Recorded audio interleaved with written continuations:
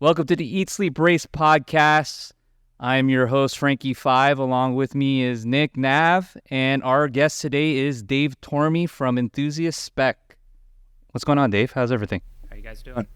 So, Dave, I think I remember the first time I met you was 2000, I want to say maybe 12 or 13 in Port Alliance down in Tennessee. Probably even earlier, I guess. I was thinking in 2009. Okay, so for those that don't know, Dave is one of the co-founders for Canibeat. And, so you guys were there with the Canibeat. Give us give everybody a little background around what Canibeat was and what you guys did, and who, and the team too, because it wasn't you, right? Of course, yeah, sure. So, well, first of all, thank you guys for having me tonight. It's good to see you guys. So, like Frankie was saying, I was one of the founding members of Canibeat, which was an online blog, and we hosted events and vended at other events with alongside the Eat Sleep Race guys and other brands. And I guess let's see. In 2008, I went down to Nashville, Tennessee, with a bunch of friends from New York, New Jersey, PA. Drove down from Pennsylvania to Nashville for my first Import Alliance. That was their Don's summer event, and to me that was, he's still throwing events till this day. But that was a big trip for me, the longest trip I had made, I think, at that point. And that's when I met Christian and Roy from Virginia, who were the my co-founders for Canibeat. And we met that summer, at the Import Alliance event, got to know each other. And then I think, later that year, I guess fast forward another year, we went down again in 2009, all hung out again, stayed at La Quinta Hotel close to Nashville Superspeedway where the event was, partied, hung out, brought our cars down, all had a good time. And I think that was like my first taste of like seeing people come around from not just the Northeast, but like felt like all around the country, right? You had people from down south, from Florida, people even I think coming from out west or the Midwest. So like you had guys that you followed their builds on Honda Tech, on NWP, and some of the other forums from back then, or even in the magazines like in Honda Tuning and stuff. And it was like the anticipation of like seeing some of these builds like unveiled at Import Alliance, and we're seeing them in person for the first time at the event. And so that was really cool. Yeah, big shout out to Don and the crew, Import Alliance crew. Yeah. I didn't know that you met Christian and Roy at Import Alliance. Yep, that's where we first met. And I think we had some mutual friends. We weren't that far. Like I was in Jersey, living in Jersey, and grew up in Jersey, but they're in Northern Virginia. So we had some mutual friends and probably crossed paths on Honda Tech and stuff over the years, but like just never met in person. So how did you guys come up with the name Canibeat? So that's definitely Christian and Roy. So they really like kind of came up with the idea of like starting a blog, came up with the name, and it was kind of like a catchphrase, or like kind of like a almost like a term that like their local friends in Northern Virginia and DC area or whatever would say, like when they saw like a cool car or even a girl or something, like that they just threw it out there, and it was kind of like a, I don't know, if you knew kind of thing or whatever, and just their whatever, just like a made up word, I guess. And it was definitely a very trendy word, especially with the using the box logo, the red background. Everyone loves Supreme. Yep. So definitely caught everyone's eye. Like big like Supreme guys, and before all the Canibeat stuff started in 2009, and so they drew a lot of inspiration from that, obviously, and just streetwear and street culture and everything, skating. So like we all skated, and and kind of brought that background and culture and just influence, I guess, to the brand. And so I guess it was late 2009, I think around September, October, they started the blog, and like a few weeks into it, they were just like reposting other people's photos, sharing cool cars, and just kind of like a repost page, if you will. And then we actually got together in the fall, and I shot both their EP3s. So they both had Civic SIs, EP3s at the time, and I did a shoot with both of their cars down in, I think it was actually in Maryland. So we kind of met in a middle ground or whatever and hung out with a bunch of friends, shot it, ended up submitting that to Honda Tuning, and it ended up getting printed in like their Oh Snap section, which was like a kind of like feature, like a feature reader's ride thing. Like you submitted photos, and like it wasn't a full feature, but it ended up being like a 2-page spread of both their cars. And that was like the beginning of it all, kind of, because that was my first photo in print. And then, and then the blog had started, and and then I was kind of like the first photographer and like third member of the team. And, and I initially was just submitting, kind of shooting stuff myself, and like kind of reaching out to other photographer friends for like to do features or cover a cool car that we saw that was being built or just finished or whatever. And, and then I guess it wasn't, it was later that year, in 2009, we were kind of, we started vending at other events. So we went down to East Coast Honda Meet in Richmond.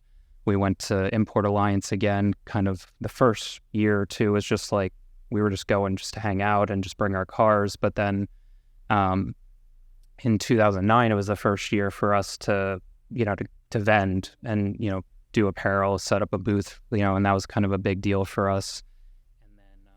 Yeah, that East Coast Honda Meet was pretty cool. Yeah. It sucks that, Marcus Hyde got into that, West Coast thing. And oh man, I feel bad for him. Crazy story, man. Yeah, really. Crazy. He, I believe he moved, he got in with Kim Kardashian, was able to take a photograph, become, I want to say personal, but just became a photographer for her. Yeah. And then he got in a big car accident. Yeah. Racing on the Pacific Highway, and then some scandal came up. Yeah, just some brain injury, I believe. Oh man, sucks to hear that stuff. Yeah, it does. So photography. Yeah. How did you get into it? Geez, man, I got into it, I think, right when I got my first car. So what was that? It was a '98 GSR Milano Red. So it was my first car after driving my mom's station wagon for a few months. I got my first car. That's an awesome first car to have. It was. Yeah, I was really lucky. That was back when I was shooting film. That was before I didn't even have a digital camera. Around what year would you say this was? 02, 03. Okay. And so I was shooting film, and then a couple of my close friends got their first cars, and then we would just go out like anyone, teenagers with their first cars, driving around, going to Dunkin' Donuts meets and whatever, and street races and other stuff. But in our spare time or whatever, I was just taking pictures of my car or my friends' cars, and that's kind of how it started. So you started with the film? Yeah, actually with film. I still have some of those prints. How did you think it was gonna turn into a career, or were you just doing it for fun? No, it was definitely just for fun at the time. I mean, I was just kind of like a lost teenager, right? I had no idea like what I was gonna.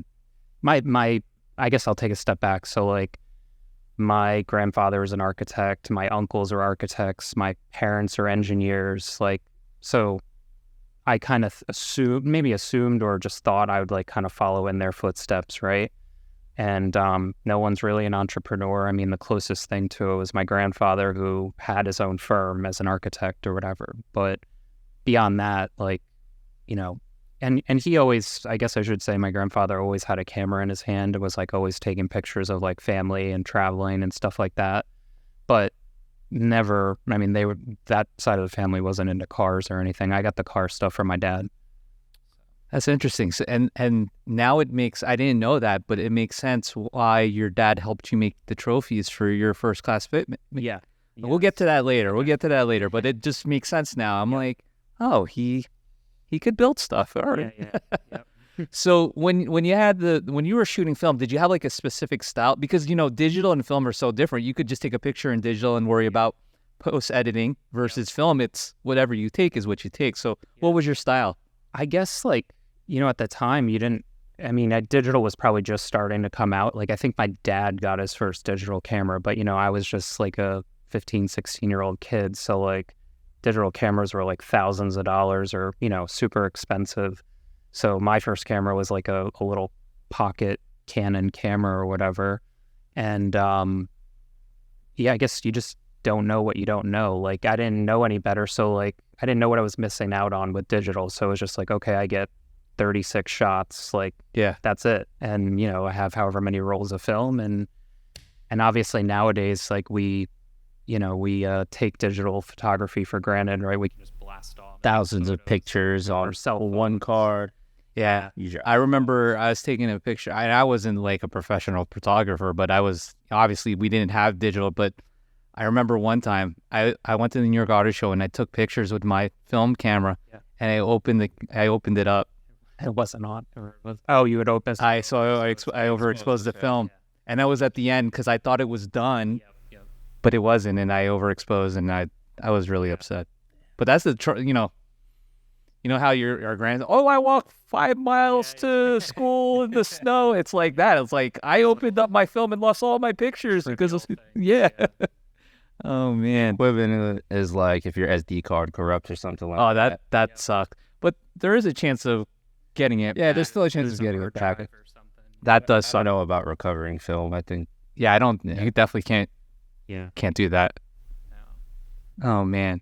So going back a little bit, when would you say is like the official start of Canibeat? Because you mentioned you guys kind of collectively started hanging out towards the end of the year, but then you went to your first event next year. So when would you say is like the official start of it? I think we said it was either late October or November 2009. And then we had our first event in October 2010. So, because we're in the Northeast, right? You guys know. So, we started this in October, November 2009, started getting cold winter car season. And then everyone goes into hibernation, right? Cars get tucked away. But like all winter, we were still trying to share content and post stuff. So like that's where we actually started, I think.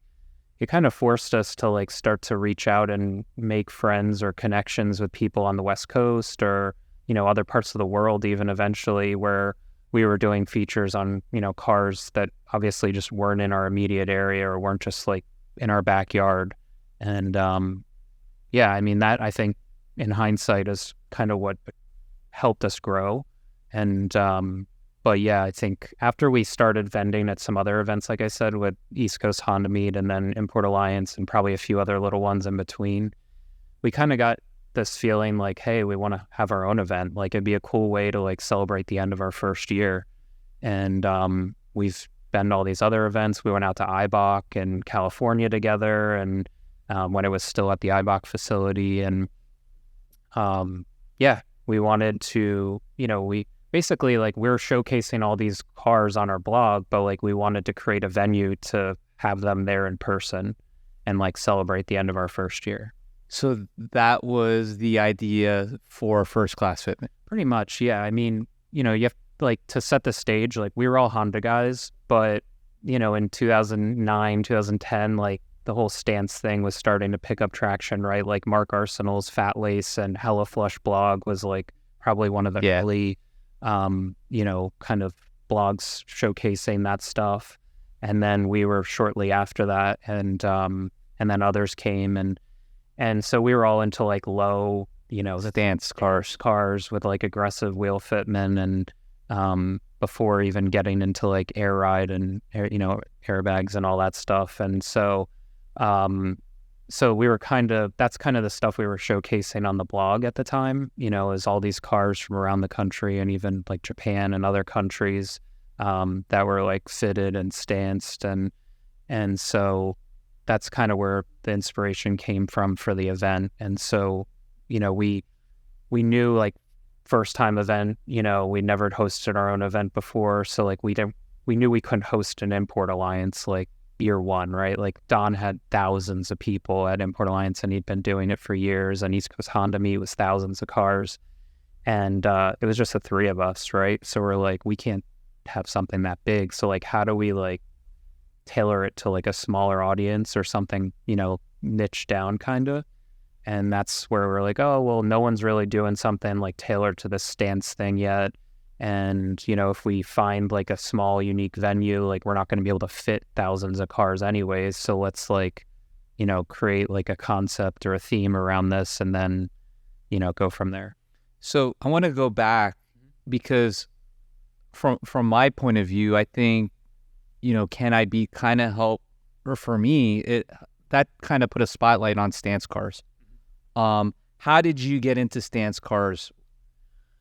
You know, I think I was just like everyone else at that time, like, you know, forums and blogs were really I guess forums were really big in the like early 2000s, late 90s, obviously. And then like, you know, blogs started to pick up and, you know, like I mentioned, the Hella Flush blog and some of the others that were popping up and just cars that were getting coverage.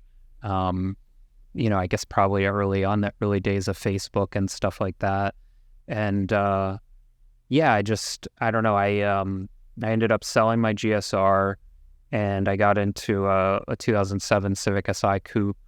And, you know, I initially put a set of like, you know, BBSs on it and lowered it and did some other bolt-ons and stuff. But it wasn't like slammed. It was just like kind of functional, right? Right. And then, I don't know, I wasn't crazy about the look. Like it didn't, like I had a different picture in my head of like what I wanted it to look like. And then of course, with all these outside influences and other like trends that were kind of popping up, it's like, all right, I got to go lower. But it was like a brand new car. So like there was like Skunk 2 was the only one who made coilovers for it when the car came out, right? And then like other parts came and other stuff started to get made. So then it's like, how do I get the car lower? And then ended up getting a set of CCWs made for it and like did a whole road trip and drove down to Florida, Daytona Beach, where CCW was at the time. They made a set of wheels while we were there that weekend. We got to watch the whole process from start to finish, like spec out the wheels that, you know, right to the width, you know, offset everything that I wanted, and then drove home on them. That's cool. Did you document the process? Yeah, so that was like the whole idea. So actually me and my buddy, we both drove down. Well, actually, we both drove down and we both had sets of wheels made that weekend. He had a Jetta and I had the SI, and that was like the whole plan, basically. Hang out for the weekend with our buddies in Florida, get a set of he had the CCW Classics made. I had the new LM20s made when they were brand new. And then we documented the whole build process, and like I shipped my stock wheels home with winter tires on them and drove home on the CCWs. And then from there, it was just like, all right, playing with tire sizes and getting it lower. And yeah, That's cool. yeah, it was fun. Is that do you still have that documentary, or is that available anywhere? Or Photos are definitely out there somewhere, but I mean, we can talk about it. But you know, years after that, like we were still doing the blog, and at one point, basically, there was like some malicious attack on our server for the Canibeat blog, and we lost a lot of content. I didn't know that. That like a hacker or? Yeah, basically, like we had entrusted someone to like help manage like the back end of the server and like routine backups and boring stuff. But like, you know, if you have a website or a blog, you obviously want to back everything up. And you know, we just had a WordPress blog and we were learning as we went and managing it, and then had someone who knew more than us and who was helping us out. But basically, between when we thought he was backing stuff up and when we had some, you know, like some type of, I don't know, virus malicious attack on the server, we didn't have a recent backup for like months. So you We lost a lot of stuff. Oh, that sucks. Yeah. And then it was just like a downer because it's like we had to rebuild stuff, get it back up and running. And that kind of was like, in hindsight, kind of the end of the blog. And that was again, I'm kind of jumping ahead, but to answer your question, like it's not out there like hosted anywhere because the blog isn't out there anymore. So I actually thought and assumed it was really social media that kind of faded Canibeat away. Yeah, I mean, yes and no. I mean, the blog was for other reasons. It was definitely kind of like getting knocked down there, and like we tried to piece it back together, like actually multiple times, and like tried to go back to photographers, get photos. Like we had the write-ups, or we had stuff saved on some of our hard drives at home. But then like blogs were also starting. That was like, so if we started in 2009, that probably happened in 2016, 17 or something. Yeah. And by then blogs were even starting to lose traction slowly.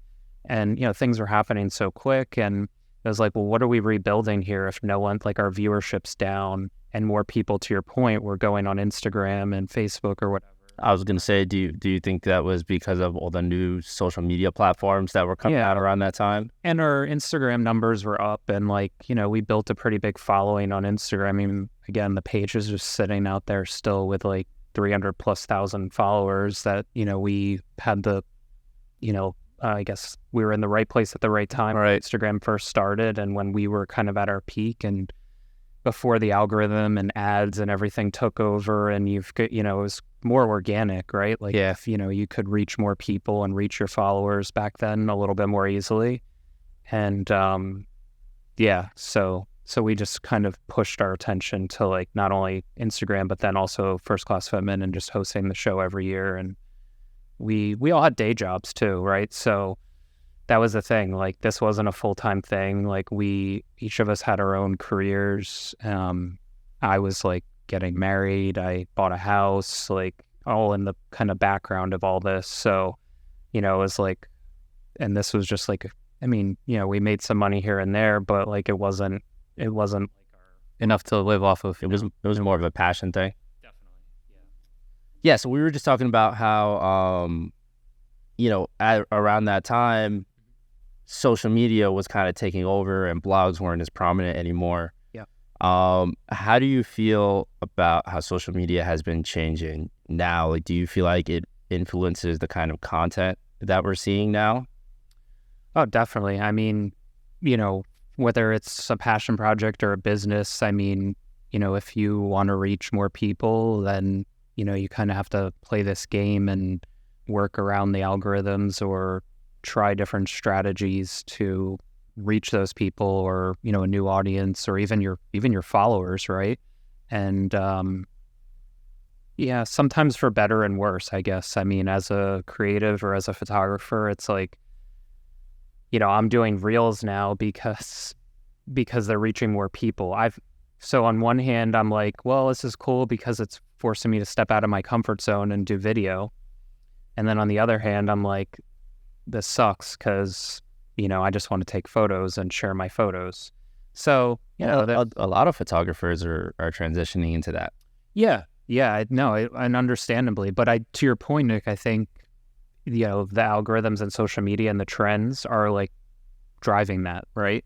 Like, would those people actually find themselves doing more video naturally if it wasn't for the algorithms, right, or for these trends, and for, the fact that, the odds of a quick video clip going viral versus a set of 10 photos or whatever, even one photo, like, we all know now that, you have higher likelihood of reaching millions of people or thousands of people even with just a quick clip.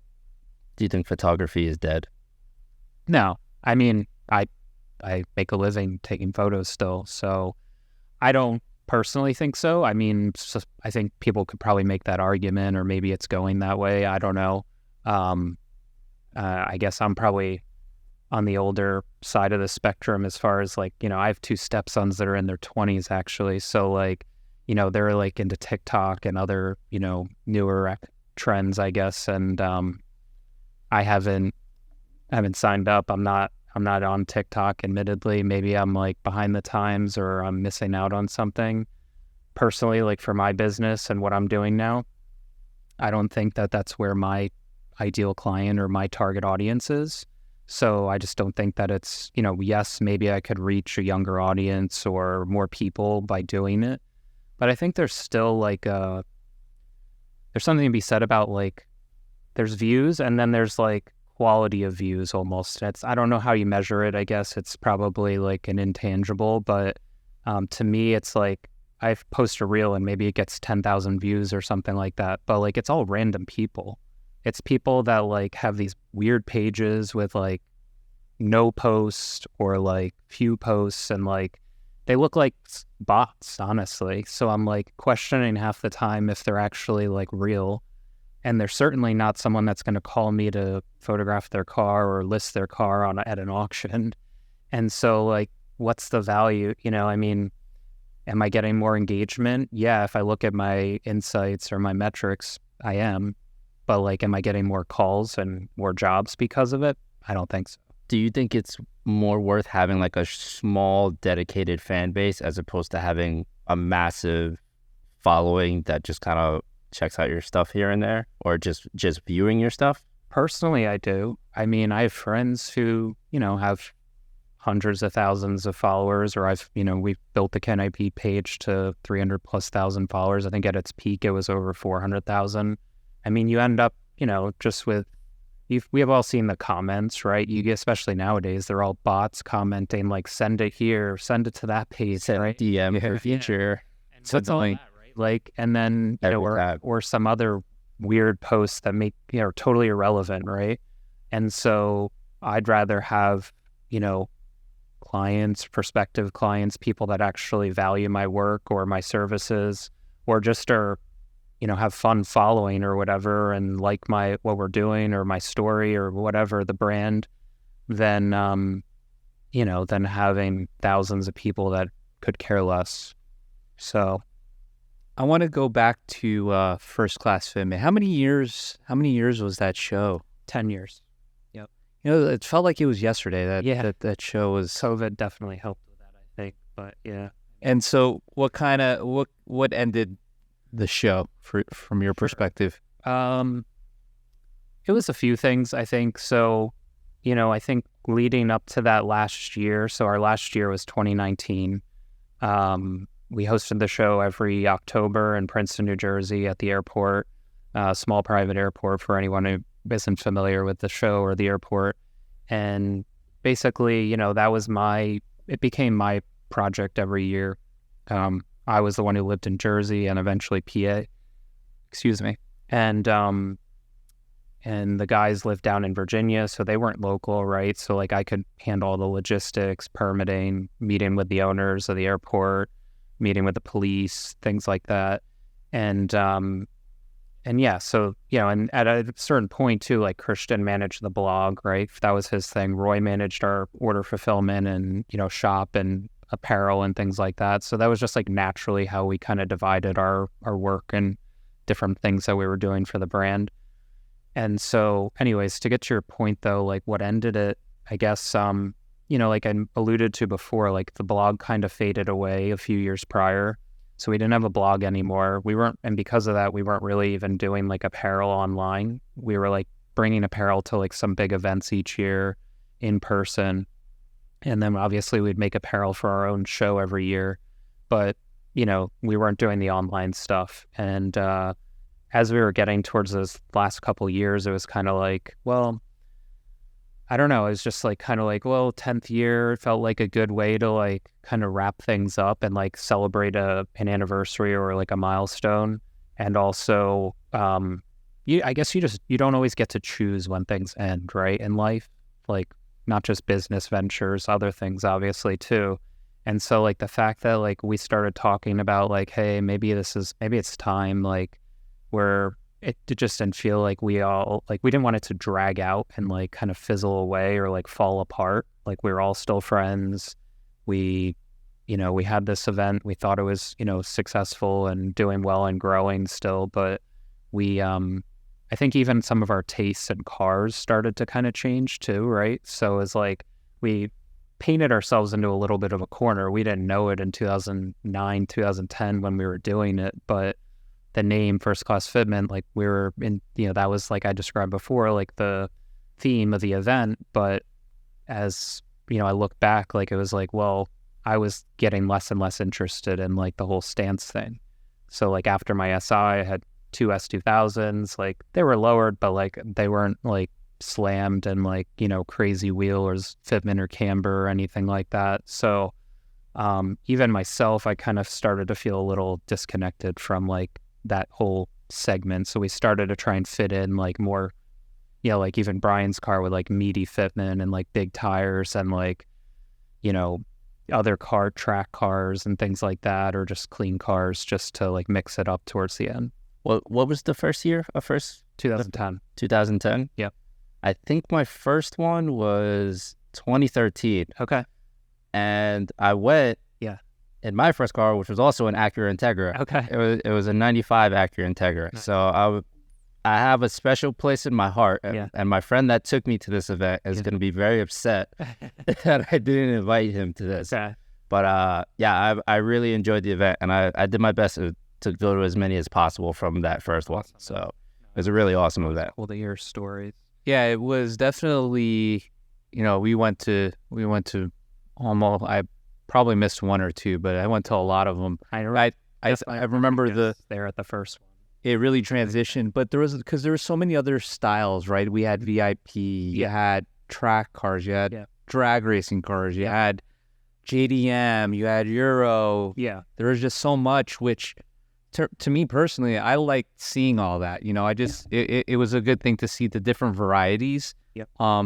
There are people out there that are very like, I'm only this or I'm only that. Like, and there are people that like me that I'd like to see all like the different styles and appreciate them. No, I think that's an important thing, and I haven't really touched on that. But like, I've always, up until recently, actually, like I've always been a Honda guy, Hondas, Acuras, but I've always loved all different types of cars. So like on the weekends or at events and stuff, like I go to all types of different events, regardless. Christian and I brought our Honda Civics to H2O when it was like still at the fairgrounds track. Oh, okay. And that was a big thing, like in like 2010, 11, something like that. But regardless, like the whole idea behind the show wasn't just the stance thing, but it was really to like showcase. Stance was like not just one maker model. It was like kind of spreading across all different segments. And then as it evolved, like you said, it was like not just like slammed cars, but it was track cars, drag cars and VIP, etc. And so like it was exactly that. It was like bringing people from all different corners of like the car world together at one event, and like bringing people together that otherwise wouldn't ever find themselves parked next to each other because they always go to VIP events or they always go to JDM type events and they don't go to Euro events, or that whole like fuck Hondas, or excuse my language, or like or the opposite. Yeah, Euro cars. A lot of the Euro guys hated. We were younger. That was a big thing. There was a lot of hate between. It's crazy. Euro versus Japanese. Still a little of that, I'm sure. Yeah, but like, I just wanted, because like I met my wife and she had a GTI, and all my friends, like my friend that we went to CCW with, like that was my best friend. He was a big Volkswagen guy, so like I was like kind of straddling that like line of like Hondas and Volkswagens. And like, but I was, going to like Waterfest at E-Town and like going to all these events, and then also going to East Coast Honda Meet and Import Alliance, and trying to bring some of those Volkswagen guys to like Import Alliance every year, because that was like maybe the closest thing to like blending different cars together. But even I still think that was probably more import or Japanese than Euro, obviously. So we tried to blend that all together at the airport each year. Yeah, I definitely appreciated it, and I actually, loved seeing the variety. What would be your most memorable thing that you can remember, during your, the Can I Beat phase of your life? I guess I don't know, it's kind of obvious or maybe a little cliche, but it's kind of like the bookends. It's like, I'll always remember that first year, because it was like, you with any new business or any new project, right? Like you start something and you put yourself out there, or you put the project out there, or the show in this case, you don't know if anyone's going to show up. Like you advertise it, you promote it, you try and spread the word and tell your friends and convince people to come out. But like, you only know so many people, right? And like, do you really just want to have like a big meet with all your friends? Like, yeah, that's cool, but like you want to try and attract other people or get people to make a drive from far away or wherever. So that first year was very memorable because it was like, to me, that was kind of my, I had this corporate job I was working. And so for me, that was like my first real, we had already done about a year, like I said, of Canibeat, but like it was really like that felt like my first real, like, I don't know, like entrepreneurial type of like thing that I really invested myself in. Like I dove, 110% into that and was like, I'm going to make this work somehow or try and, do the best job I can. So I remember running around like crazy that day. My parents were there, my sister was there. I think coworkers like came out just to see what I was doing. And that, these are people who had no interest in cars or no real like idea what the hell I was working on. And it, was much smaller that first year. I think it was like 125, maybe 150 cars the first year. And then the end, the 10th year obviously was like kind of emotional and also just like memorable because so many people that maybe came to the early ones or hadn't seen in years, like came out of the woodwork kind of, or brought a car out that we hadn't seen.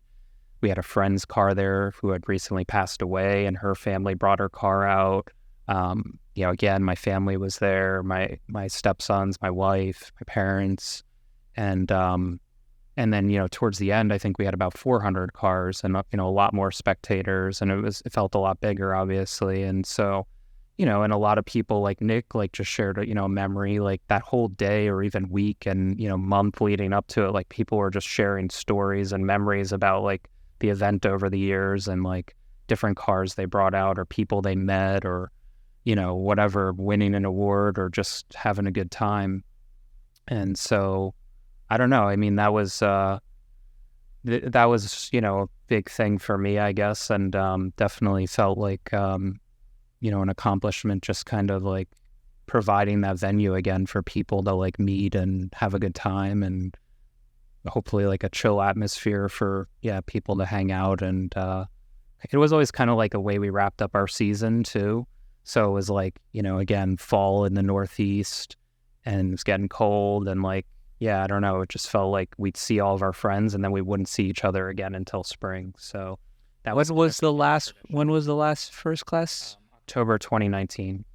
You think 2029 there'd be like the 20-year number 11 now? I've definitely thought about, like doing something again, in a different capacity probably, or just maybe even like a different brand or project. COVID obviously like slowed things down and it was like, no events for a little while there. And then I've kind of started another project or a new business since then. So that's taken up a lot of my attention and focus. But I still have it, I think, in that kind of like burn in me to like do something again. So maybe. All right. Maybe our listeners will, keep on the edge of their seats right now. They're like, oh, please, maybe one more. It might not be first class swim, and it probably won't be at the airport because other people have started to use. Yeah, I want to get into that. And I thought about that this morning, and I was like, I don't know if this will be too controversial, but I figured I'd ask you anyway. Sure. How do you feel about other people hosting events at the Princeton airport? Sure. And before you answer that, I actually thought you stopped it because they didn't want to do it anymore, but apparently that's not the answer. It doesn't seem. I mean, I tried to make that very clear at the last event, like even during the awards ceremony, we gave one of our awards. So Frankie mentioned it earlier, but every year my dad and I made the awards. We tried to, instead of doing like 50 awards or like T-ball trophies or small plastic awards, like we tried to make like handmade or custom awards every year and keep it to like a smaller number, like best of different categories. And these were like top notch. Like I wanted a trophy. He had one cut up CCW wheel. Yeah. Your dad made the base for it, and then like a holder for it. Yeah. Another one was like, was it paint? You guys got like some we used paint suspension for like Fortunato coilovers for a while. They partnered with us, Terry and the guys down at Fortunato. So these weren't just like a plaque or anything. They were actually something that you'd definitely want to hang on your mantle if you had one. Yeah, no, we tried to make them special. So like, you know, people put a lot of time and effort right into their cars. And I don't know, it's like if we're going to do awards, let's like make the awards equally as, you know, special as the cars that we're giving them to.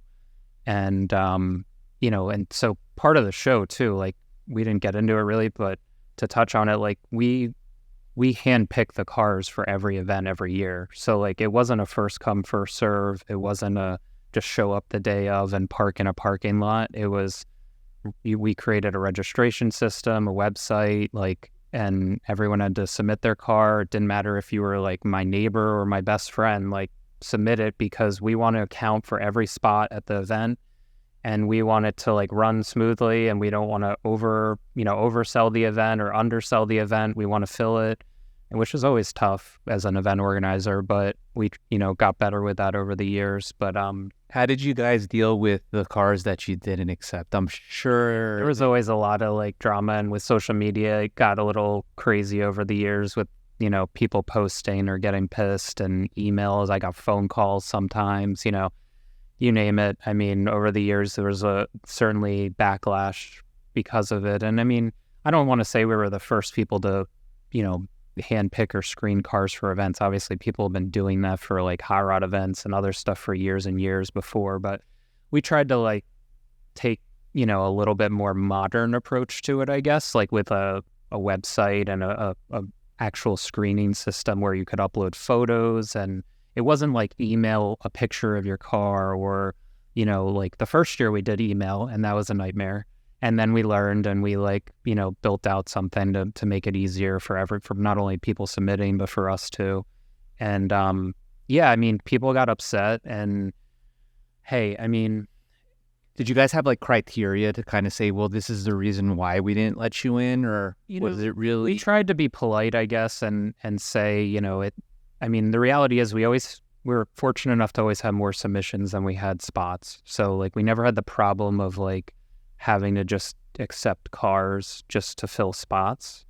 And even though sometimes like people, car guys in general, right, wait till the last second to register. So you'd have to wait, or you have to get that guy who always wins the awards at every show. He's like, why do I have to register, right? You know? Yeah. And meanwhile, like the poor guy who registered on the first day is like waiting to hear back, like, you know, so that was never easy. But yeah, I mean, the theme was really just like clean, simple, quality. Like we prided ourselves in like trying not to showcase cars with like counterfeit or, you know, fake parts, and, you know, correct like shoddy body work, or like, you know, just rough cars, I guess. I don't know how else to say it. And, you know, so really we're just trying to feature like, or showcase the best of the best from like each category. So what some people didn't realize was like, you know, we had a lot of like Euro cars, for instance, register because they were really into like the whole stance and fitment and airbags and air ride. And, you know, they were kind of pushing that whole like segment and category early on. But, so like, if you had a Mark IV GTI, like you were up against like 50 other Mark IV GTIs. We weren't comparing you necessarily to like the, I don't know, Honda Civic that registered, because like we were comparing the Honda Civic to other Hondas. So like you were up against other Volkswagens, and like because we wanted that variety, and we didn't want to have like just a Euro show or just a JDM show. We had like, you know, basically we drew a line in the sand somewhere saying, okay, like we've kind of filled the quota of like Euro cars or Volkswagens or Audis or whatever. And yeah, I mean, it was, you know, so guys would say, what the hell, like this guy got in with like some JDM car, and his car's, you know, a piece of shit, and mine's super not, you know, much nicer or whatever, has better fitment. And it's like, well, I don't know. I mean, you could debate that all day back and forth. Like apples to oranges, like right. Totally different cars. But at the end of the day, like we were comparing them probably to like the other guys with similar cars to what they had. On the flip side, did you have cars that were like hot import nights? Yeah. Gaudy, like that too. Full system, Lambo doors. Yeah. And I like it's tough because like I grew up going to like hot import nights events too. Like that, I feel like I was like on that edge of like towards the tail end of it, and then the style or the trends kind of leaned more like clean and simple, and that's always been my like kind of personal thing. So, but I the hosting the event or any event probably, and especially one where you're like hand picking and like having a registration and everything, really forced me to like some of Christian, Roy, and the other guys who all my local friends and PA who helped me go through registrations every year. Like you kind of have to look past just what you personally like. You have to think like, okay, what do people want to see? Like, are they going to walk right by that car at an event because it's just like forgettable, or it doesn't stand out, or it doesn't have something unique about it? Or is it going to like jump out because it's like, like a rat rod or some like hot rod that we don't have a ton of like domestic cars at the event, and it's going to like mix things up, So you had a mix of registrations that you had to weed out. Yeah, and there were those guys who, had the cars, like you said, that were like over the top, or maybe had like crazy like airbrushing or, vinyl wraps or something that was like maybe just not the style that we were going. Right. For. A big shout out to Roy and Christian. Yeah. I forgot to shout those guys out. Yeah. You still keep in touch with them? I do. Yeah. I mean, not as much as we were when we were running everything. And, they are down in Virginia still, so I don't see them as often. But, whether it's like friends' weddings or stuff, we still run into each other, and we have to get together more often, though. That's cool. I think I follow Roy. Is he still into overlanding? Like, I know he had like a Land Cruiser and stuff like that. Yeah, he had one for a while. I don't think he has the truck anymore. He's like big into cycling. Oh, that's right. I haven't seen him post anything recently. Yeah, I haven't. I think the algorithm definitely. I know. Yeah, same here. He's only posting pictures. Yeah, that's why. That's why you don't see it. No reels. Yeah. Yeah. So going back, how do you feel that other events are? I don't know if filling the void is the right term, because First Class Fitment was such a unique event. So I don't really think it's filling a void. But how do you feel with other events being hosted at Princeton Airport? Yeah, I mean, I don't, I guess it's, you have mixed feelings about it. So to give some context, like when I approached the owners of the airport in, I guess it was, 2010, before we had our first event, they had never had a car event there. They had other events like local town things like fairs and stuff. And the owner was super cool, and obviously he gave us a shot at hosting one event, and he jokes still to this day that he thought like I was just having a bunch of friends come over and like park their cars, and he didn't have any idea of like what we were really trying to do and what it eventually grew to. And I think that it kind of opened the door, right, for other people to step in after we had our last event and approach the owners at the airport there and talk to them about having another car show. And I guess because obviously we did it without any incidents for 10 years, we built a good relationship with the owners and the staff there. He felt comfortable giving other people that same shot. And some of them I think he's, given a shot and probably won't give another shot to. And some, he seems to have, every year or once a year or whatever, and for the past few years. So I don't know, more power to him, right? I mean, I'm not having an event there. If the airport's happy, they're not, people aren't being destructive and kind of, they're respecting the property and the owners, and the airport's making some money in the process, then I think, that's great. I mean, I haven't been to one of the events. I guess it's kind of felt, weird to go back. I've been to the airport like countless times since then. I take photos there regularly. I stop in and see the owners, still friendly with all them. But not to any of the other events. Just not to the other events. And, but it's kind of, we were just talking, it's kind of like what Frankie was just talking about. It's like, I go to events still, and I go to like other car shows here and there, but just, like as we get older, right, and family stuff and businesses and whatnot, like priorities shift a little. So, there was probably a time there when I was in my 20s and where I was, going to car events every weekend or hopping on a plane and going to events in other states and other parts of the country, every other weekend or every weekend during the car season. So, I'm not doing that anymore as frequently, or certainly not traveling as much. So it's part that and part just like, hey, I see the airport, I have memories of the airport a certain way, and I just choose not to, go back and experience it a different way. Was First Class Fitment the only event in the time span that it was running that was hosting an event there? Yeah, car events, yeah. Like I said, there were some other events, they were doing for just non-car related stuff. So, yeah, people respected that, I guess, and I don't even think people tried to host other events there while we were there, maybe towards the end. And at the end, some people approached us about like buying the brand or the name and maybe kind of keeping it going, or having, me or some of the other guys like keep, stay on as kind of consultants or keep it running, in a different capacity. But it just didn't feel like it would be the same.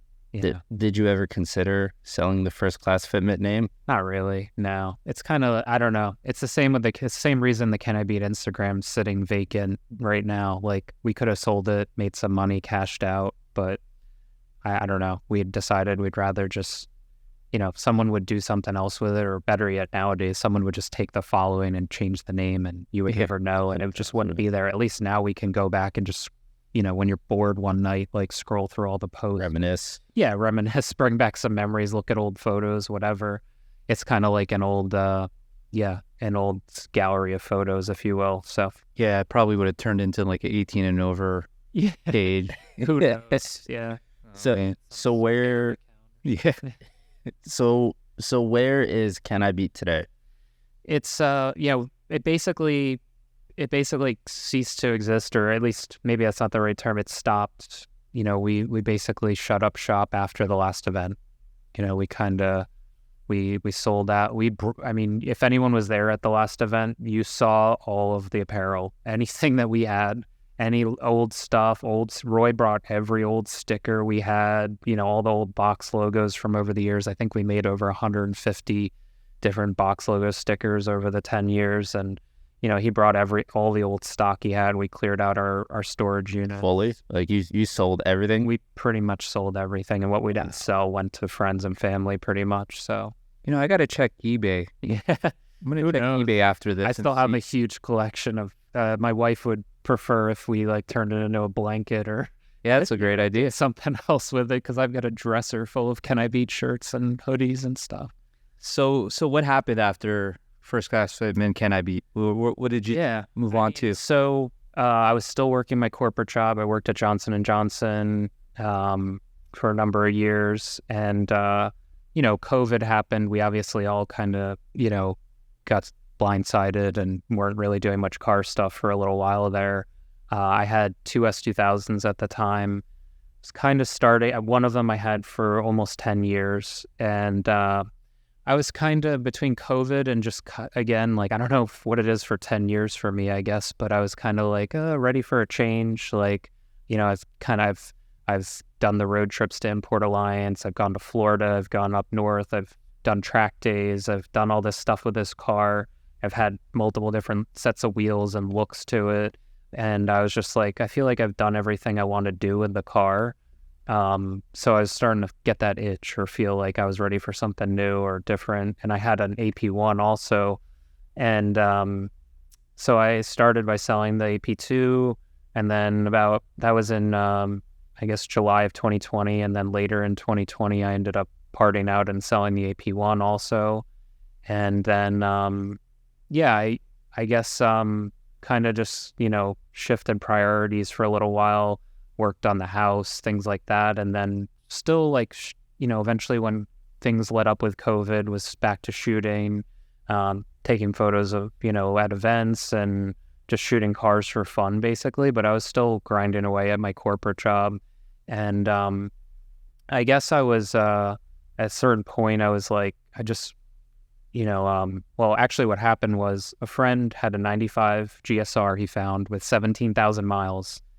And the thing was one owner, hadn't been driven in a while. And like, it was like original everything, like tires, brakes. And he bought the car, started cleaning little things up, changing tires, brakes, whatever, getting it up to speed, and then decided he was going to sell it on Bringatrailer. And he's a local but old friend of mine, hits me up, hey, Dave, can you take some photos for me for this Bringatrailer listing? And I knew what Bringatrailer was, and I was following and kind of like, starting to pick up traction and get, headlines here and there about like crazy sales. And so I was like, sure, I'd never done it before. So I took the photos for him, and he sold the car. He was happy. And then, one thing led to another. And then like someone else hit me up. You might know Mike Lasco. So Mike's a big Acura Honda guy as well, works at Bridgewater, NSX guy. So he had me up to shoot an NSX. So we shoot that at the airport. And that was like the beginning of like a great friendship with Mike. And so I ended up, fast forward, I did a handful of cars for Mike. And what year was this? This was 2021. Okay. And so by then I think I shot the Integra in late 2020, and then, winter again, and then started shooting those cars for Mike in 2021. And then other clients started to come around, and people started to hit me up about shooting their cars for auctions. And then I realized like I was shooting cars for people, but some of them I would hand over the photos or the video, and they didn't either they didn't know what to do from there, or they didn't want to deal with like submitting the car to Bringatrailer and dealing with the questions and the comments and the things that come with managing an auction on Bringatrailer or some of these other sites. So it's kind of like a light bulb moment for me where I was just like, well, what's to stop me from like managing this whole process for people? Like, because, I could run around and do a bunch of photo shoots, and which I was, but, it still didn't feel like I could like make a living doing that. Whereas listing cars for people and managing the whole process start to finish, basically, like all in-house, I could work off of a commission or charge a higher rate, basically, if I were to do the whole thing, and also provide a service to my clients that they were starting to ask me for. And so you started managing Bringatrailer posts? Yeah, the full auction listing. So that's basically what my business is now, Enthusiast Spec. And so initially it was just like, I was just freelancing, taking photos, right? So I've done that for years.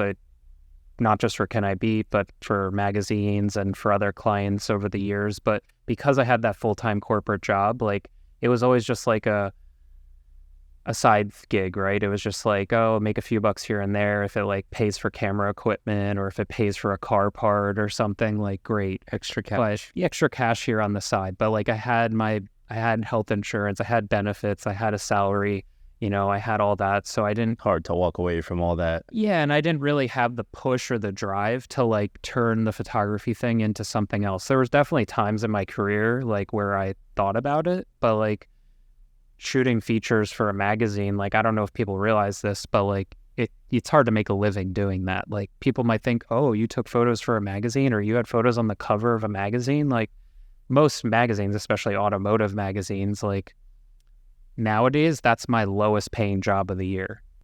So, just for context, and of course their budgets have changed, and print magazines are kind of, that industry is struggling or fading away more, and so it's kind of having a resurgence now with like coffee table books and, higher quality magazines, but like the Honda Tuning Super Streets, Modified Mags, all those mags that we grew up reading and subscribing to, like who subscribes to magazines now, right? Like, yeah, what's a magazine? Monthly magazines. So anyways, so yeah, I started offering that service and building more regular clients that I was taking photos for. And decided to kind of turn it into like a formal thing and make it a business, not just like David Tormey taking photos, So you were still at J&J. Still at J&J. When did you say, I could do this on my own? So it's funny because like at one point at Jane, well, I guess I started tracking what people were doing on Bringatrailer, like some of the regular sellers, and seeing like their volume and how many cars they were selling, what their sell-through rates were, like crunching number. Like I'm kind of like a details, like analytical guy, like, and that's kind of what I did at work. And so I kind of carried that over, and I was like, okay, let's like crunch some numbers here and look at what other people are doing on Bringatrailer and see like what's the volume. If I'm charging X or making X off of like a car that sells, and this is my service, like what type of revenue could I generate, and like what are my expenses, and just started kind of mapping it out. And I think once I went through that exercise and kind of continued to track it for a little while, I was like, well, the volume's there, the cars are there, people are buying and selling cars every day. Like Bringatrailer is now selling 800 cars a week, today, not 2 years ago, but still the volume was there 2 years ago. Obviously I'm not selling even 1% of that probably, but I knew I didn't have to. I knew that like I could replace my income with like a certain number of cars every month or every year.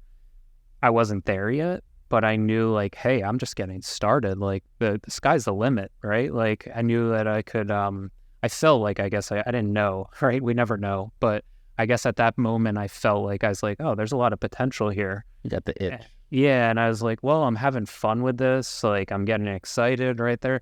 For anyone who's built something on their own, it's like, it was like that same feeling I had with the car show years ago. I was starting to have that again, or with Canibeat when it started to pick up. Like I was starting to feel that like itch, like you said, Nick, and just kind of that like excitement around like building something that's yours and like something that you're passionate about, that you're excited about.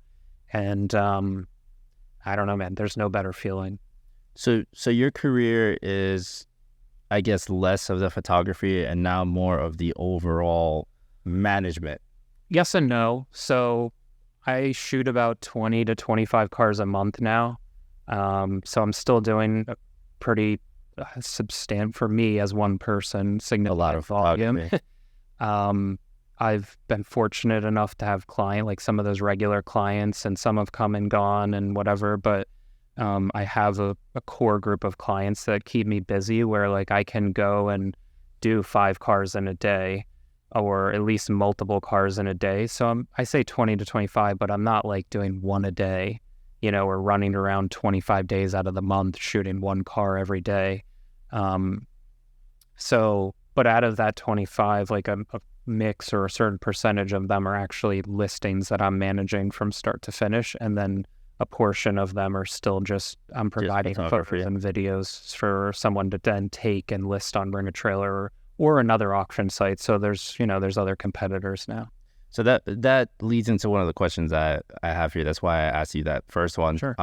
Which is, how can you make a career out of automotive photography? It's a good question. And I kind of touched on it. Taking notes. Yeah.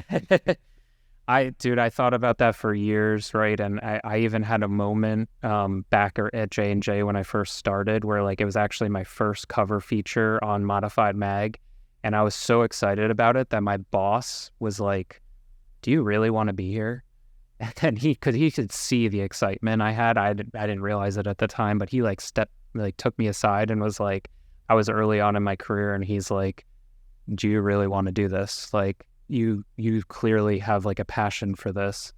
And ironically, that's like the one boss that I still talk to now that I don't work at J&J and like have stayed in touch with. But anyways, my point, I guess, is I didn't see the numbers back then when I had that conversation with that boss almost, 13, 14 years ago. And I didn't for all those years, right? I just grinded away, worked my corporate job. I was like, like I said, make a few $1,000 here and there, like doing car stuff every year. But it was never enough to even come close to replacing what I had as a salary. And I just kept showing up, kept doing photo shoots, kept having fun with it, and pushing myself, trying to learn. And that's the thing. I didn't go to school for photography. I learned on the forums of all things. Like I shared my work and got critiques from friends and people online. And I just kept doing that. And it's funny because like all these years I didn't realize it, but like the relationships I was building in the car community and through photography, and then like my passion for cars and photography, like have all led to where I'm at today. But like the job I have now or the business I've built is like kind of this mix of like my love for cars and photography, obviously, but then like the detail or attention to detail side of me, like and the analytical side of me of like capturing the details of cars, right? Because when you shoot a car for a magazine or just for fun, for Instagram, whatever, right, it's like more artistic, and maybe you shoot 10, 20, 30 photos that you share on Instagram or online or on your website or whatever it is, or a magazine.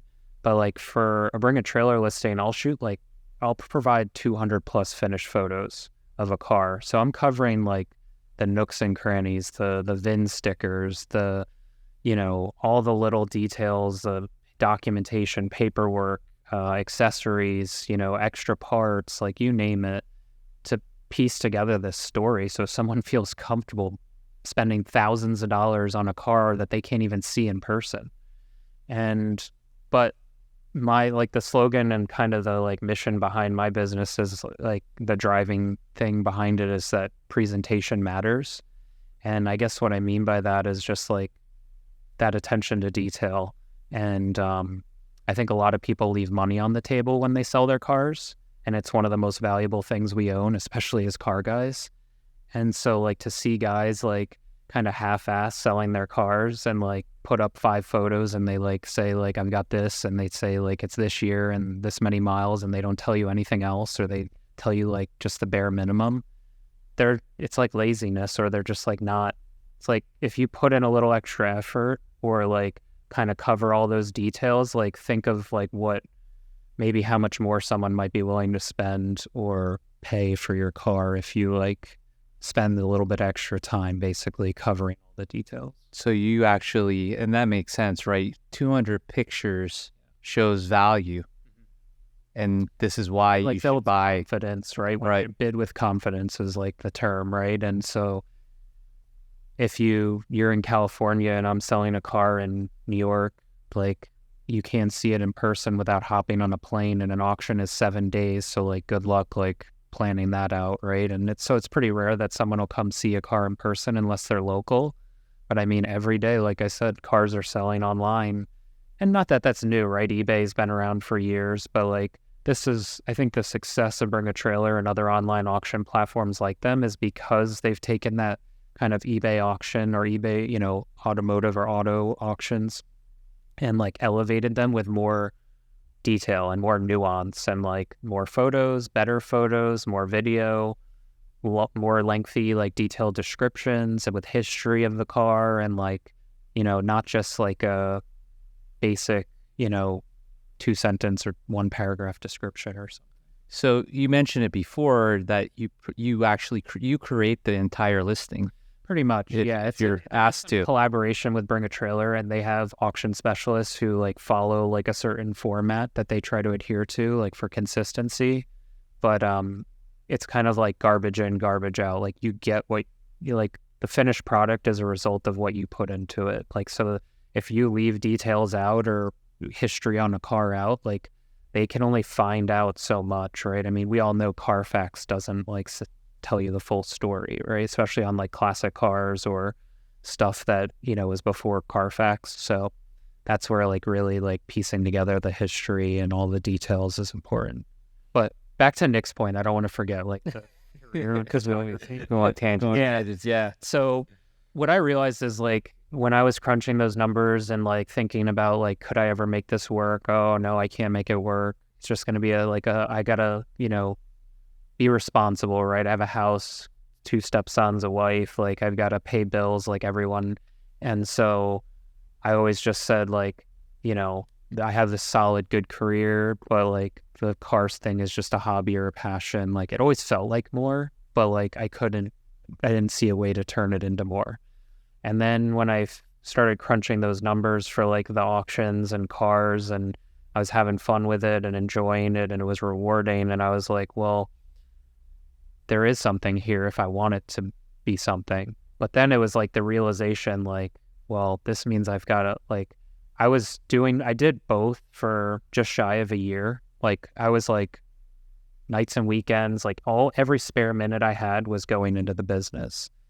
And I was busy. I think I shot in 2021/2022, I did like 86 cars, and I was working full time. And it was a lot. And I thank God for my wife and family for understanding, because I was definitely like missing out on stuff. But that's where like at a certain point that year, I saw like, I was like, if I keep pushing, like this could be something. And then I really just had to come to terms with like taking that leap and being comfortable with like the unknown of like, hey, like you don't have a paycheck coming every 2 weeks, and oh, by the way, you've got to find health insurance, and you don't have a 401k anymore, and I had a pension, and all that stuff that just poof gone. But yeah, I'd do it all again if I could. So what steps did you take to prepare you for this journey of being on your own and leaving the corporate world? Some of the steps I took, like not knowing exactly, like before this even started, or before I was really kind of diving into the listing work and like taking photos for Bringatrailer. So first was probably selling both my S2000s. Like I just had that itch that I was like ready for a change. And initially I thought like, oh, I'm going to sell these cars and buy a 964, 911 or something else, another like a dream car is going to level up or something. But it was still in the middle of the pandemic. The Porsche market's going crazy. I was just like, yeah, this isn't working out. And I just ended up spending money on the house and then just saving money, right? And so that kind of started it, I guess. And then outside of that, I think, it was just kind of planning, living below my means, making some sacrifices, like, spending less money, like just to basically save up some money to what for me felt like building like a runway, like for myself. So I, if normally I wanted to, I don't know, like I'd have X amount of money saved, like I knew I needed more than that, right? Like if I was comfortable working my corporate job with a certain amount of savings, like I needed to put away more money than that if I was going to leave my job and maybe have like a bad month or a bad, several months or whatever. For context, like when I eventually left my job, I think I had 1 month where I had made as much money doing Enthusiast Spec as I did at J&J, and then I left my job. So like it was early, but what ended up happening too was like I thought I wasn't going to leave my job until like September, October, like of 2022 last year. And I done the math and I was like, if I can do this much work on the side and if I can save this much money, like I'll be good. Like I'll have, a lot, I'll feel comfortable, like kind of making that jump. But honestly, I got a call one day from my dad. It was in April of last year, and my mom fainted at work. This was 2022, so she was like 68. She was working full-time still, and as a scientist or engineer, and driving like an hour and a half each way, like was like, Mom, why are you still working? Like you could have retired already, but you haven't. And then she faints at work. And then this like led to this whole thing. Like it was just kind of like a moment of clarity for myself where I was kind of like, well, I don't want to be like in this position, like with my parents, like in my 60s, like working a job that like I not happy at. I had this long commute that I hate. And then like my boss at work, like kind of like had like this thing and was like asking me like, do you really want, like, you should be thinking about another position, or maybe you should try something else. And like, because I had been in the same position and for like 4 years, and at J&J or in a corporate world, it's like, oh, every 2.5, 3 years, like everyone moves around and bounces around from one job to the next. And so I was the guy that had been there for too long almost. And I, at that point, I was like, I'm already planning my exit, like for September, October, and it's April. And I'm like, or late April or going into May. And I'm like, my boss is talking to me about trying to look and apply for other positions within the company or like rotational programs. My mom's sick and like is having some health issues. And like, she's now basically being forced to retire, but like having health problems. And like, it's like you work all these years just to retire only to be like in and out of the doctor's office. And I was just like, you know what? Like, I went to my wife and I was just like, I think I'm going to put in my 2 weeks notice. And so I did that. And thankfully with her support, and yeah, I guess I forget where we were getting at now, but I guess it was just like, you know, that planning up front of like trying to save some money to feel comfortable, thinking about like, you know, how much work I would have to do to kind of replace my income or come close to it, and feeling comfortable with like, maybe I have my first year or first few years where I make less money. Like, what is that going to look like? But maybe I'll be happier. So like, there's some value there, right? Like, or I'll be healthier. Like I won't be, because towards the end, I was like, I dreaded opening my laptop for work every day. Like it was miserable. And then I would go and shoot cars at after work or on the weekends and edit photos. And I was having fun with that. So it was Feel like a lot better. I was like bipolar almost, or like this weird existence of like hating my, you know, my day job, to be honest, and then like loving what I was doing outside of work. So I knew it in the back of my head. It was just coming to terms with and like making sure like my wife and family, you know, really my wife, were like comfortable. I mean, my parents are old school. Like I said, they're engineers. Like they never did anything entrepreneurial. So they didn't really understand, but like they've always supported me. So like, they're like, hey, if, you know, you're doing that well, like what could you do if you do it full time? You know, that was the other thing in the back of my head. Between that, it's like, okay, if I'm splitting my time and I'm able to do this, like, what can I do if I'm all in, you know? And then there's also just sometimes the thing with, with new business or entrepreneurship where it's like when your back's up against the wall, you know, when like you have no other option, like you figure shit out, you know, it's like if you've got to pay a mortgage and, you know, to provide for your family, like you're going to hustle, or hopefully you will, because otherwise the alternative doesn't look great, right? So that was in the back of my head, and paired with having a lot of fun with it and just feeling like it was like in the corporate world, for whatever reason, like I felt like I was limited. Like I felt like I could map out the rest of my career on a spreadsheet. Like I knew like how much I was going to make for the rest of my career, even with promotions or raises.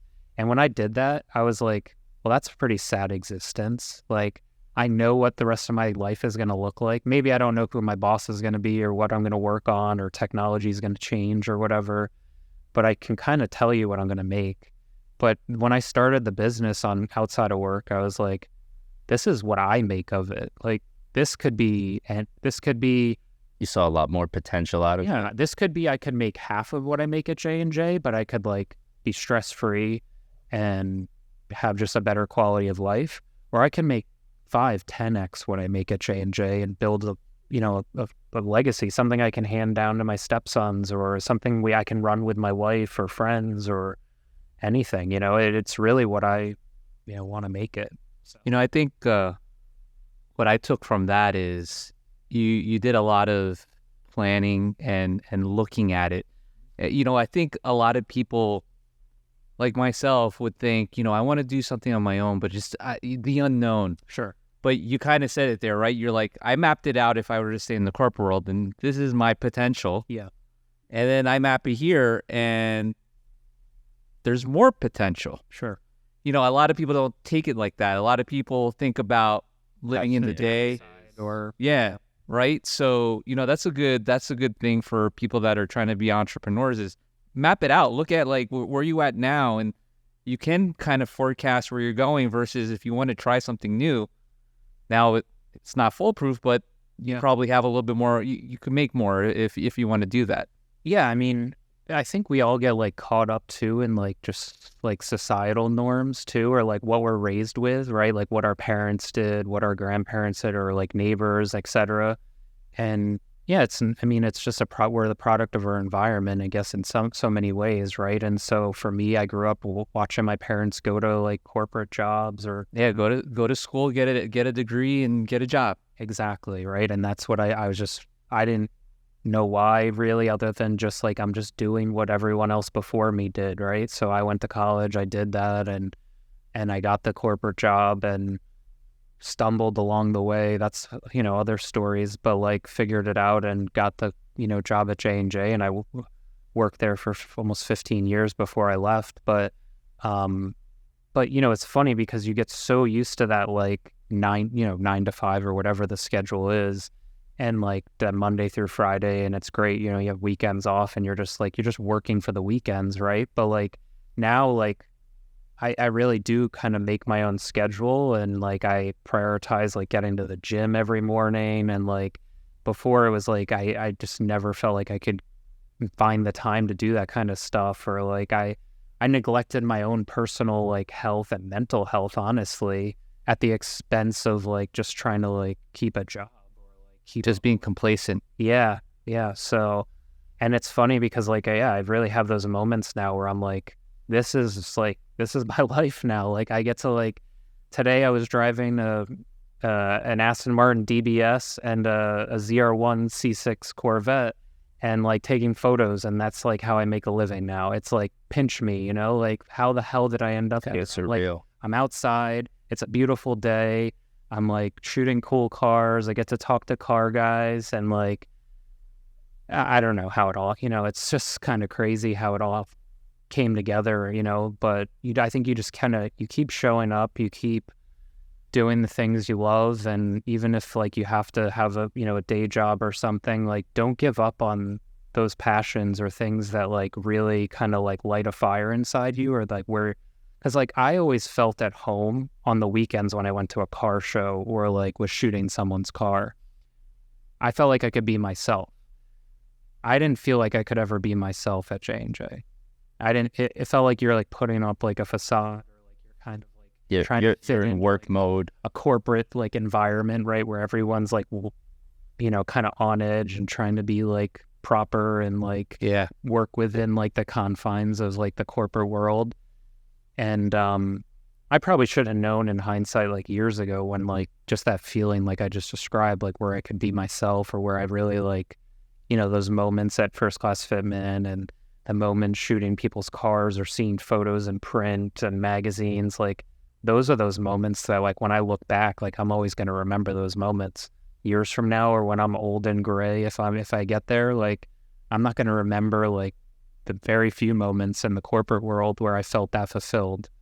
And so, yeah, those are like, that's when you really, know that there's something there, I think. And it's not easy. Like it's maybe like it's hard to find a way to make a good living doing it. But if there's something like out there or someone or somewhere where like that you feel like you're at home, or like that you are happy and fulfilled, like don't give up on it. In those years throughout you running Canibeat and you guys doing the event, did you ever have that feeling of, I would want to do something like this full time? Yeah, I mean, there was even moments like early on, kind of, when like we were growing really fast and like we were doing, pretty well, and it felt like it was kind of a similar feeling of like the sky's the limit here, or there was a lot of potential. We didn't know what it could be, but we knew it was just like, again, back to like, hey, if we're like doing this and we're all doing it like on nights and weekends or in our spare time, like what could it be if we like someone gave it 100%? Maybe not all three of us, but like if one of us like was willing to like go all in. So yeah, I mean, the thought crossed our mind, but it just never, we didn't ever obviously take that jump and try and make it something bigger or dedicate all the time to it. And I think part of that was just like where we were at in life, and like some of those big like life moments of like buying our first house or places and like getting married and things like that, where a lot on the line to something like that. You're making other big decisions. So to make like that also on top of it, like, I don't know, it's probably just too much all at once. Yeah. So you're a Bringatrailer partner or certified photographer. What's the title? It's not as formal as you might think. So like it's funny, like a lot of people think like when they hear that I take photos for Bringatrailer, like they assume that I'm like being contracted by Bringatrailer. I have done work directly for Bringatrailer, but the majority of my work's for private clients. And so really, you could submit a car to Bringatrailer tomorrow with your photos. Like, so you don't necessarily have to work under Bringatrailer in order to. Do they have like a certification process or anything? They don't actually. So like they do in the sense, well, it's not a formal certification. So they offer what they call like a white glove service. It's their own service. And it's... sorry, I'll let you explain. No, real quick, it's just like a premium. So like they have like 3 different services. One where you can just like pay $99, list a car, and you handle all the photos and videos on your own. It's like they'll give you some pointers and like what they're looking for, but like you've got to go out and either hire your own photographer or take your own photos.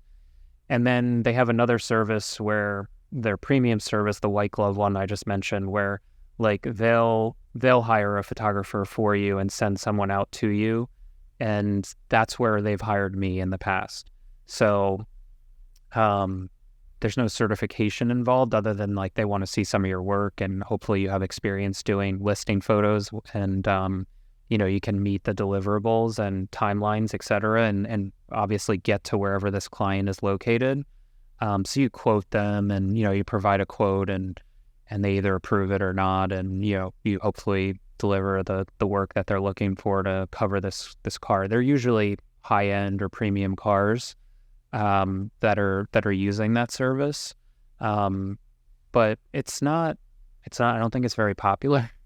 I think they don't push it really, and I think the overwhelming majority of listings on Bringatrailer and most auction sites are just private guys, and then some people, and there's a handful of like dealers or people that have actually built businesses even like to much bigger scales than what I'm currently doing, where like they maybe were a dealer or they have a dealer license, and they've completely like pivoted their business model to say traditional dealership model, where like they have a brick and mortar, you can walk in and buy a car off a showroom floor, or online or what have you, to they just sell cars on Bringatrailer, and that's all they do.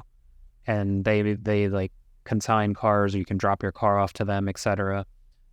My business model is built around traveling to my clients. So whereas some of these guys have a brick and mortar, and they, you go to them, and they have probably a regional area or draw in their area that people come to them for that service, I'm traveling all over to go to my clients. Now, primarily in the Northeast, but if someone calls me tomorrow with a collection in Arizona or, California, wherever, and, their goals, their goals with the cars or the numbers they're looking to get out of their vehicles make sense. And, they're interested in my service, I'll hop on a plane and fly out to California, or I'll hire a freelancer to do it. So I have a car right now on Bringatrailer, 996 Turbo. It's in Arizona. So you flew out for that one? I didn't actually. I had just hired a friend. So back to Canibeat days, I have a great network of photographer friends and videographers around the country that I've been able to leverage. So that's awesome. That's, again, just years of building friendships in the industry and within the car community. That's, stay in touch with your friends. Yeah, networking has always been a theme in our podcast when we talk to entrepreneurs, is create that network. Yep. Now, back to Nick's like earlier question around like, would you rather have like a small like group of like followers or friends on social media versus like a huge following of like whatever random people or people you may never know?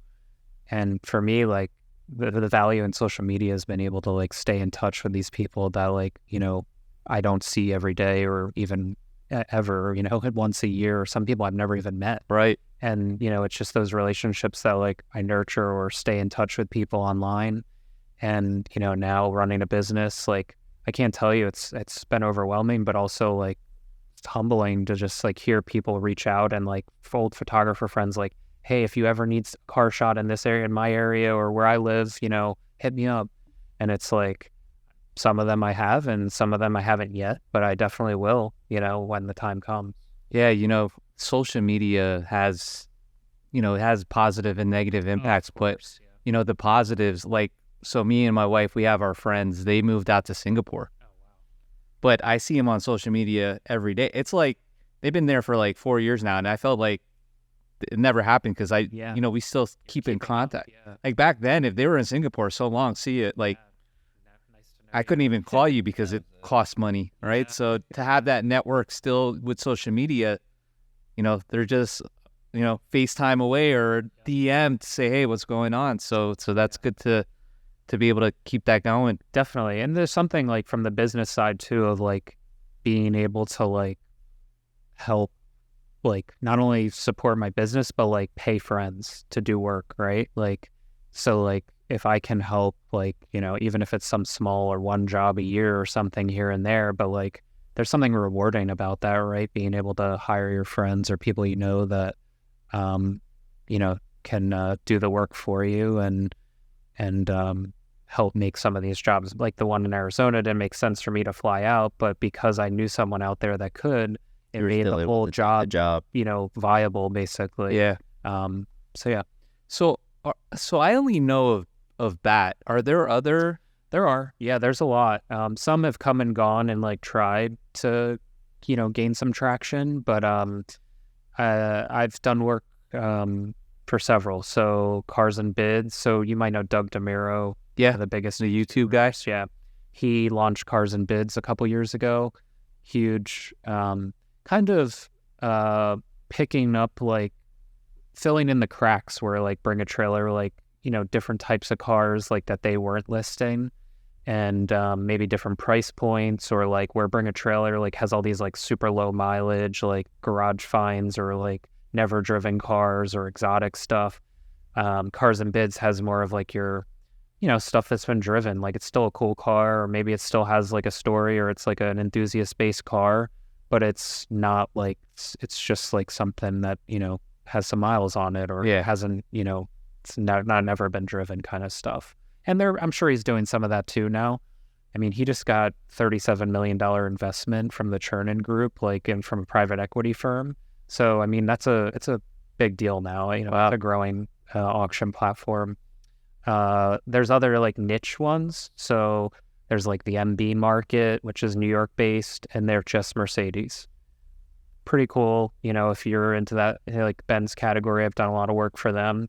Porsche actually has an auction site that most people don't know about. Which one is that? It's actually, is it P Cars? No. So P Car Market is also a New York-based site, which launched with the intention of being a Porsche-only auction platform, but then kind of quickly pivoted and started listing other stuff. Yes. And then continued down that path of like just listing anything, not anything, like they have a standard, of course, but they're not just Porsches. Yeah, it's not Porsches. Porsche's auction platform is actually called Marked, and it's MARQUED, and it's a Porsche Digital project. So Porsche Digital is like an affiliate of Porsche North America, and they don't just list Porsches, believe it or not. They also list other stuff, but it's kind of like Porsche Digital is kind of like an incubator for Porsche to like launch new projects and new technology, and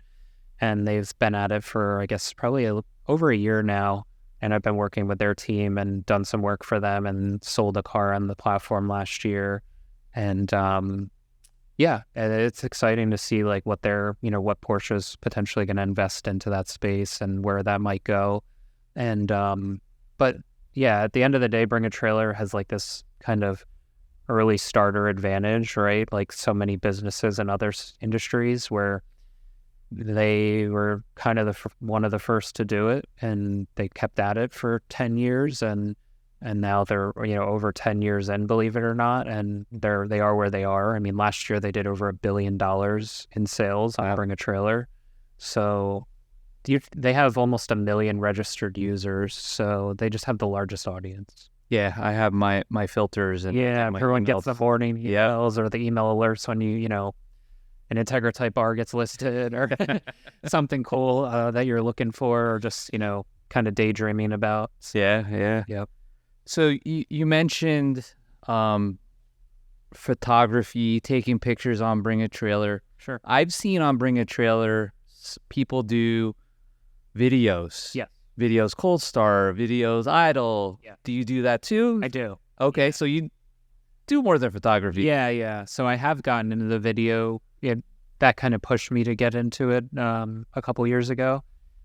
Because again, like my clients, like I was just doing the photos initially, and it's like, well, do you do video also? You know, and I was like, first I was like, not really, but I'm like, I can figure this out. Like this isn't, you know, it's not rocket science, but it's also not like, we're not talking about like highly produced, like, you know, Nothing, really no crazy editing to it. No, yeah. You know, that's the thing with listing photos too, and it is a challenge. Like for anyone out there who's like into taking photos of cars, and I have a lot of, like I said, car friends or photography friends that have been doing it for years. The listing photos, like not to make it sound more complicated than it is, but it's almost like a different discipline because it's like a lot of people rely on like editing for their own unique style and like look and feel to their photos. But the reality is, in my opinion, like people don't want to see like edited artsy photos for a listing. Like, yeah, like it's nice to see like some pretty shots or like nice shots of a car, and maybe that'll help catch people's attention or like spread the, you know, the word about a car. But they want to see like a true representation of a car. So they don't want to see, you know, this overly edited photo with a dropped in sky or like fake, you know, rolling shot or whatever, with filters and stuff. So you know, for any photographers, and even myself included, who was more used to like taking like artistic photos to share on Instagram or on social media or my website, and like I mentioned before, just take 10 or 20 photos, it's like, you've got to find a way to deliver like consistent look and feel across like 150 to 300 photos, like at least 200 on average, like I said before. So it's, yeah, you kind of have to develop a different eye or different like approach to like when you're shooting a car for a listing, to like cover all the details, all the angles. Like, you know, you might not do that for Instagram, right? You just shoot what looks cool and post whatever you like. And so, but for the listing, you can't like forget a side of the car, right? You know, or an angle, like, or they'll actually come back like a door jam. Yeah, they'll come back to you and say, oh, you're missing like this 3/4 shot from like the rear. Okay. Like, wow, that's very specific. Yeah, you know, or you're missing like this sticker or one of the, you know, like we all know Hondas and, you know, NSXs and S2000s especially, right? There's 10 VIN tags on an S2000. They want all 10 VIN tags. And if you don't have them, like, well, certain cars don't have them, right? Like you replaced a bumper or a quarter panel or car got in an accident. But if you're saying that it's a clean car with no accidents, like where are all the 10 stickers? Right. So like things like that. And that's kind of where like I think the value of my service or my business comes in, like knowing and anticipating what buyers are looking for. So like, you know, with each make and model or certain cars, I can't know them all, but like I try and specialize in certain ones where like I know what types of photos, what features people want to see photos of, what items normally wear out or fail, and like what to highlight on certain cars when like certain things look like they're in really good shape, you know, and like most cars, they're all beat up or worn out. What is your most favorite listing? Most favorite? I had a lot of fun with actually the one I did on Porsche's auction site last year. I tried to run it on Bringatrailer and we couldn't get the number we wanted. So that's another thing a lot of people don't realize with the auctions is like everyone wants top dollar for their car, but the reality is like not every car is a record-setting car, right? And so I had a special car. I knew I had a special car as a low mileage 1998 911 Carrera C4S, white on blue, which was rare, and it was 17,000 mile car. And the owner was like, when I say like meticulous, like he took an already nice car and put like 30 grand into it and made it like immaculate, like replacing stuff that most people wouldn't even consider replacing just to make it perfect. And so we couldn't get the negotiate a reserve that Bringatrailer like was comfortable with or I was comfortable with and the client was. And so we decided to go an alternative route, and we listed it with Marked, the Porsche auction site. And I just had a lot of fun with it. The owner lived in Staten Island, so we went up there, we shot it overlooking the Verrazano Bridge, and like I was able to kind of blend like the artistic side and like my background with that and like shooting features and stuff and the listing side, and like just have some like artistic spin on it, but also still do like a full listing shoot with like 300 plus photos covering this car, like on the lift, like panels removed underneath, like every little detail, and like do the photos and driving videos and everything. So You get the reserve on that one? so yeah, we that car sold for 205 and, you know, exceeded all of our expectations and well beyond what Bringatrailer was willing to give us for a reserve. So we were happy with the result. Oh, wow. I didn't know that. I didn't know that they actually provide input. Like, I can't just list it. Yeah. I can't sell my brother's car for $1 million. Now, yeah. So like, Carnage. you know, you think your car's worth X, and you like, so a reserve is obviously designed to be like your bottom dollar for a car, right?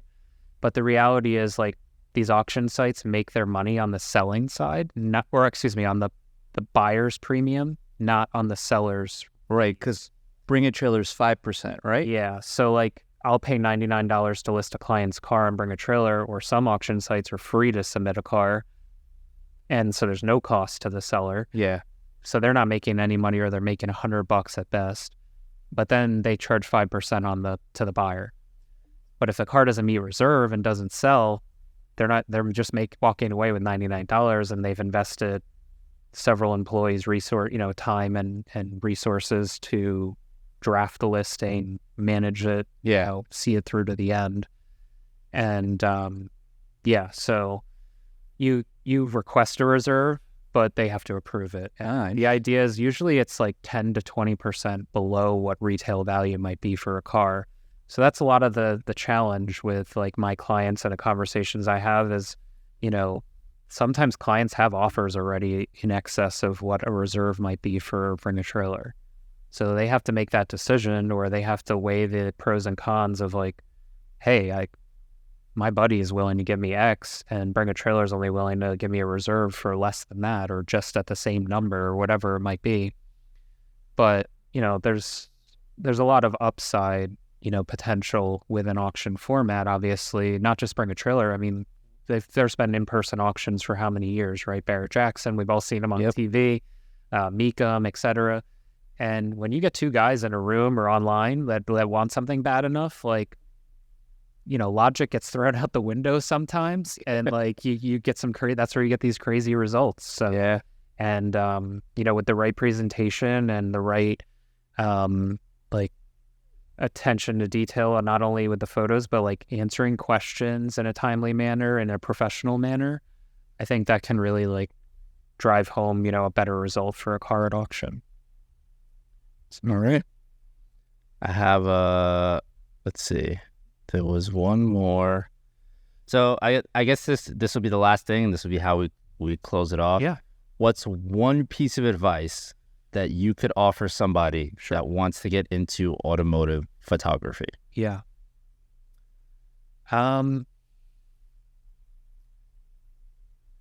Geez, I mean, for starters, you just like, I guess I don't know how to say it. It's just like, just keep showing up. Just, you know, find every opportunity you can to take photos, whether it's your own car, your friends' cars. I mean, I know, you know, there's like the running thing of like, you know, don't work for free, or like, you know, value your time, and you should at a certain point. But if you're just starting out, like, I mean, I can't tell you how many photo shoots I've done for free over the years, you know, but that's how I learned. Like, that's like getting your reps in, right? Like the same way you do in the gym or anywhere else, like any other hobby or profession. Like, I've gotten exponentially better, I think, and more consistent with my work because I have a camera in my hand every day. And like, so, you know, even if it's not car stuff, but like cars are your passion, like just find a way to like continue to like get out there and take photos, even at events and stuff. Like, I was never big on event photos. I always thought like, oh, cars in parking lots or, people getting in the way and the crowds. But I don't know, like even now, like it's a welcome, like kind of break for me from listing photos to like bring my camera to like a Cars and Coffee or at a car show or an event and like take photos and just share them because it's different and it's like an interesting challenge or just like something, a different discipline almost, I guess. And it requires some patience or just like a different eye. But yeah, I mean, it's tough. Obviously, there aren't a lot of magazines out there to shoot for, like there was when I was younger. Like at least that was something like to aspire to. And then there was blogs, and a lot of that's kind of fizzled out. So like now it's like Instagram and trying to build the following of your own on Instagram or get like a bigger page to share your work. And hey, if that's like motivational to you or like something that drives you to like work harder or push to like improve your work, then I think that's what's important, like finding something that's like, hopefully gives you a motivation or a reason to like continue to keep doing it and have fun with it.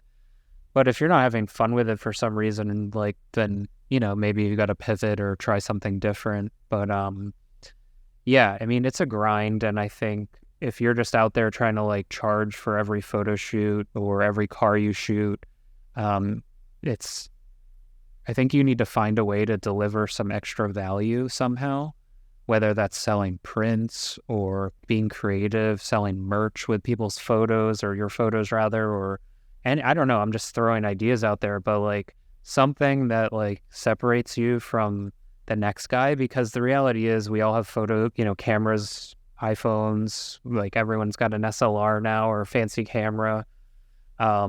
So yeah, I mean, trying to deliver value somehow and hopefully like if you aspire to make it a career, the most consistent way people do that probably in the industry is like building a portfolio and doing commercial work for other businesses, right?